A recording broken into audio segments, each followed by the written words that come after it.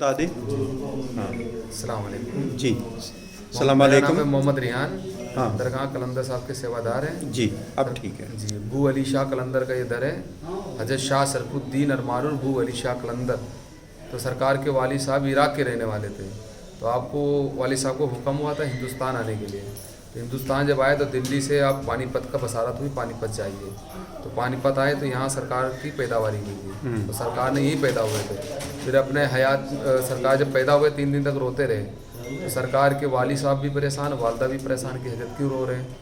तो 3 दिन तक रोते रहे। तो आपके अल्लाह की तरफ से एक दुर्वेश आए और आपके वाली साहब से मुलाकात हुई और बोले कि मेरे को लेके चलो सरकार के पास। तो कलंदर साहब के पास जब आप लेके गए तो सरकार के कान में कुरान की आयत पढ़ी तो आप हंसना शुरू किए और बसारत हुई कि बहुत बड़ा मकान मिलने वाला है। फिर आपने दिल्ली में सुप्रीम कोर्ट जज भी रहे, बड़े बड़े राजाओं के आप फैसले करते थे। जिसका कहीं फैसला नहीं होता तो आपकी अदालत में होती थी, तो आप फैसला करते थे। फिर आपने सोचा कोई ऐसी गलती ना हो जाए कल क़यामत के दिन अल्लाह ताला के आगे मुझे शर्मिंदा होना पड़े, मतलब किसी को गलत सज़ा ना दे दूँ। तो अल्लाह ताला ने आपको नूरानी अता कर दिया था, इंसान को देख के पहचानो कि अच्छा है बुरा है। तो थोड़े दिन तक करते रहे तो बोलिए दुनियादारी वाला काम हो गया। फिर आप छोड़ के पानीपत आए। पानीपत से भुट्टा खेड़ा चले गए, यहाँ से 40-35 किलोमीटर है। भुट्टा का जंगल मशहूर था, तो हमने जाकर 36 साल जंगल में इबादत करना शुरू कर दिया। तो इबादत जब शुरू कर दी तो अल्लाह ताला ने कुछ बीमारी आपको दी, इम्तिहान लिया आपसे कि पास हो जाएंगे कि नहीं। तो आप गुस्से में जलाल में जमुना नदी बहा करती थी, जाके कहते पानी में खड़े हो गए। तो 12 साल हुए तो अल्लाह की तरफ से हुक्म होता है सरफुद्दीन क्या चाहते हो। तो आपकी जिद थी, आपका सवाल था कि मुझे अली बना दो। तो मैं अली नहीं बना सकता और कुछ मांग लीजिए। नहीं, फिर इबादत करते रहे, 24 साल हुए, फिर हुक्म हुआ तो वही सवाल हुई थी कि ज़माने का अली बना दो और कुछ मांग लो। 36 साल आपने पानी में ही खड़े रहे। जब नूरानी में देखा अली नहीं बन सकते तो आपको मौला अली मुश्किल कुशा की शहादत दिखाई, तो आप वहीं रुक गए और बोले ठीक अली नहीं बन सकते हैं तो फिर मौला अली मुश्किल कुशा की बू अता करो, ताकत खुशबू। तो अल्लाह ताला ने आपको मौला अली मुश्किल कुशा की बू अता की। फिर उसके बाद आपने मौला अली मुश्किल कुशा आए, आपको सीने से लगाया और जिस्म जो मच्छी ने खा लिया था वो आपका भर गया था, अबू अपनी आप को अता कर दिए थे। और आपके पीरो मुर्शिद मौला अली मुश्किल कुशा नूरानी में आप वेद भी हो गए थे। आपने रूबरू दीदार कराया मौला कायनात का। उसके बाद आपने 9 रमजान शरीफ को वफ़ात किए थे, दुनिया से पर्दा किए थे। और 11 रमजान शरीफ को गुस्ल हुआ था। तो भुट्टा खेड़ा वाले बोले कि हम लेंगे, करनाल वाले बोले हम लेंगे, पानीपत वाले बोले हम लेंगे। तो आपस में इसी में बहस चलने लगी। तो यहाँ तक हुआ कि जिसकी तलवार में धार है वही ले जा सकता है। तो अल्लाह की तरफ से एक दुर्वेश आए, लड़ाई करने की ज़रूरत नहीं है, तीनों चरपाई एक ही झोपड़ी में रख दो। रखने के बाद झोपड़ी बंद कर दिया जाए। उसके बाद 10-15 मिनट के बाद बोले कि अपनी चरपाई उठा लो। तो उसमें कुछ लोग बोले कि हम जाएंगे तो लोग सरकार के चेहरे मुबारक देखेंगे, हम किस तरह दिखाएंगे। ठीक है कपड़ा हटाओ।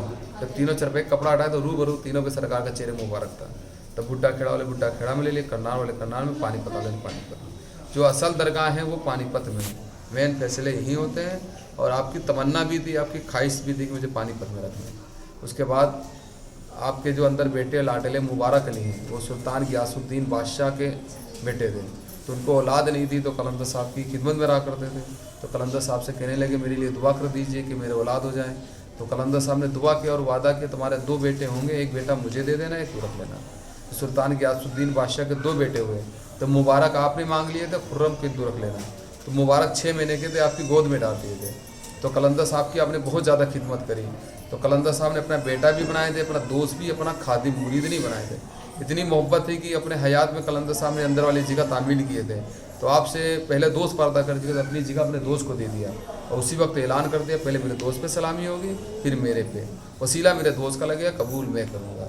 और ये जो पत्थर है कसौटी पत्थर है, ये जिन्नातों ने 5 घंटे में मुझे बनाया था। ये बराम ये वर्ल्ड में कहीं पत्थर नहीं इतना जी, ये जिन्नातों का बना हुआ है। ये कसौटी पिलर है, ये संगे मरियम पत्थर है, ये कदमों में है।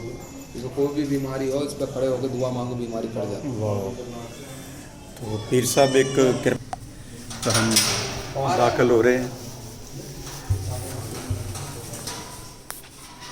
पीर साहब दे दो छत्र।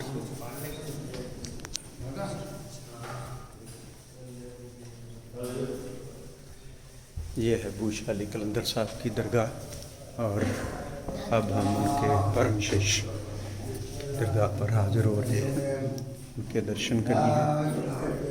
साहिबजादा जिनको उन्होंने अपने सर पर रखा, इतना मान बख्शा सबकी मुरादें यहाँ पूरी होती हैं।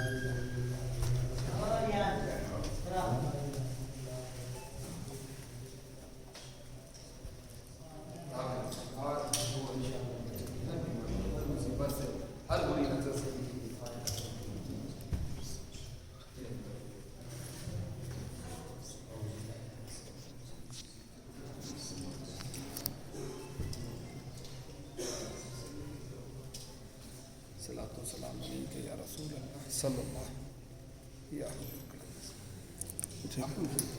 तो इसको पहनने से कोई वो तो नहीं ना ना हाथ में सरकार का तो तबरुक है ये। आप पहनो हाथ में। मोबाइल बंद कर लो भाई। गरम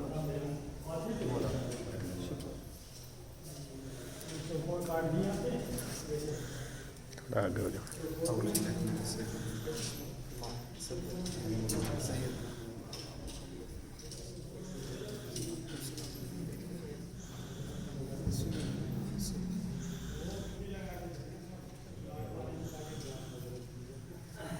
टोटल 100 रुपया तो उसको दे दूँ। 100 है तो उसको 100 है टोटल। नहीं तो मोबाइल में कोई नहीं। चादर हाँ दे दो।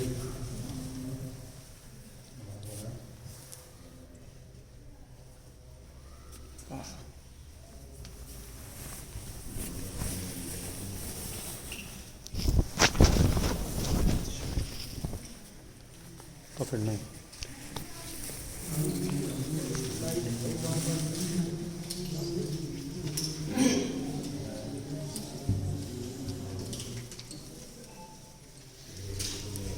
चलो आओ जी।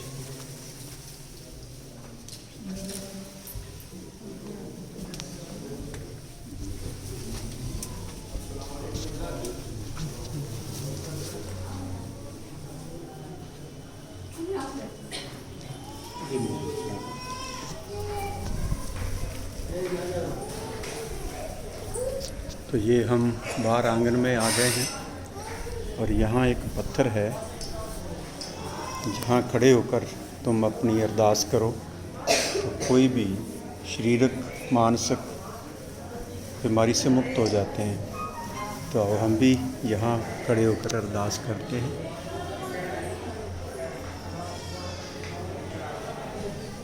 यहाँ से खड़े होकर बिल्कुल बूशा अली कलंदर साहब की मज़ार को देखा जा सकता है, उनके दर्शन दीदार किए जा सकते हैं। और एक बहुत ही सुंदर चीज़ आपको दिखाते हैं। ये जो पत्थर हैं ये करोड़ों के हैं, कसौटी इसको बोलते हैं। सुनार के पास जो होती है ये कसौटी है। और इससे भी ज़्यादा एक और सुंदर जगह, यहाँ एक पत्थर लगा हुआ है। अगर बारिश आनी हो तो 24 आवर पहले यहाँ पानी की बूंदें आ जाती हैं। ये जो पत्थर है इस पर 24 आवर पहले पानी की बूंद आ जाएगी। ये जो पत्थर है अगर बारिश आनी है तो 24 आवर पहले इससे पानी की बूंद आ जाती है। तो चलो फिर अब इस यात्रा को आगे बढ़ाते हैं। बहुत आनंद आया। मेरे साथ शगुन जी थे और मिंटू नोनू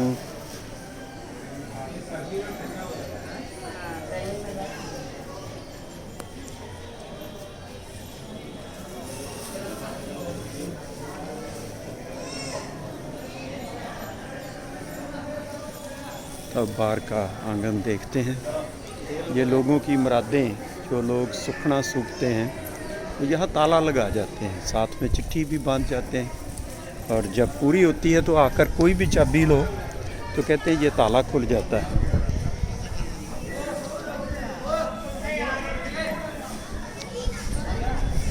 दर्शन करिए दरगाह बूशा अली कलंदर साहिब पानीपत के।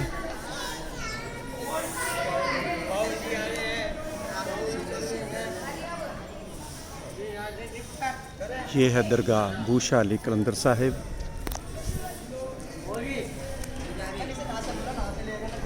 सदा उनकी कृपा में रहते हैं। उनका आशीर्वाद सदा बरसता रहता है।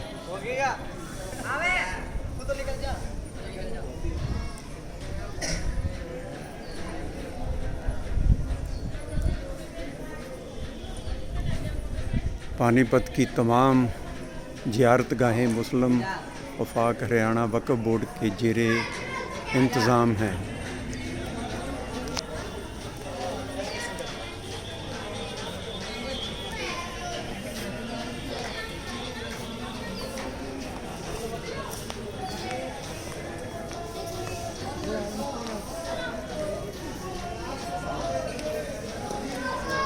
अगरबत्ती वहाँ दे दो।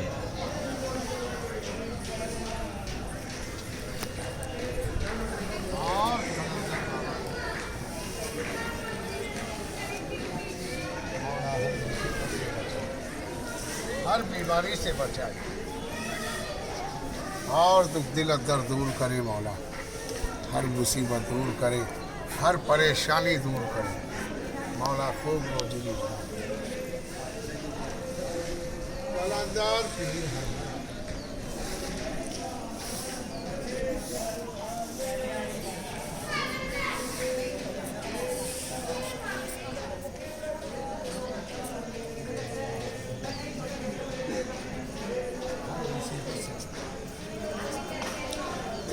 दरगाह हज़रत इलाही बू अली शाह कलंदर साहिब। जय बाबा कलंदर साहिब। हज़रत इलाही बू अली शाह कलंदर साहिब। हज़रत इलाही बू शाह अली कलंदर साहिब की जय।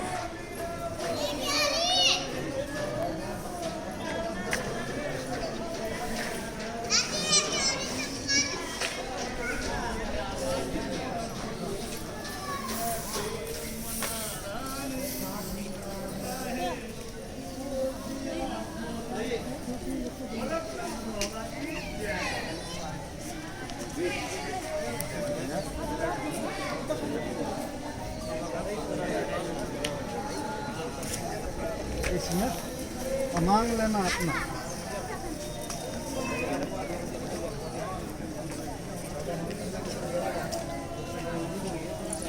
तो विदा लेते हैं, इजाज़त लेते हैं बू शाह अली कलंदर साहब से। आज की यात्रा को यहीं विराम देते हैं। आप सबको बहुत बहुत बू शाह अली कलंदर साहब के आशीष, आशीर्वाद, नमस्कार, प्रणाम।